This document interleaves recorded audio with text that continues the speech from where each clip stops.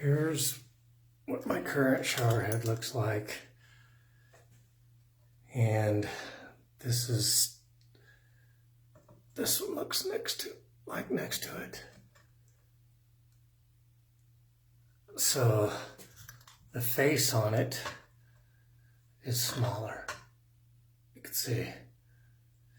So this one actually, put this over here, is leaking, and it sprays really wide instead of more focused, even when I dial it in here. So let me show you what that looks like. See it leaking?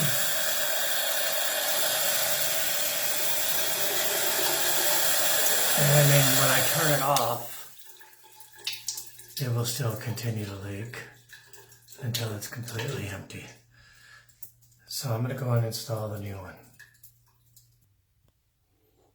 So it comes with this, that you can grab hold of it, but I didn't use that one. I hadn't used double pair of channel locks. So this is the old one gone.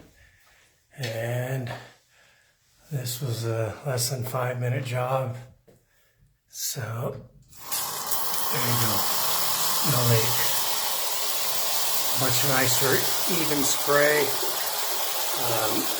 Let me come back here.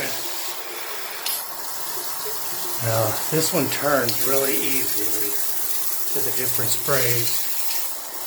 So, yeah, nice clicking on it. I really like this one. It activates the middle ones, and that's really cool.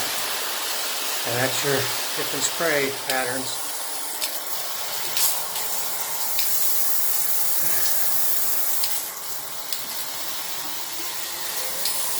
There you go, no more leak, and a nice smaller head, which I prefer, so more of the water gets on me.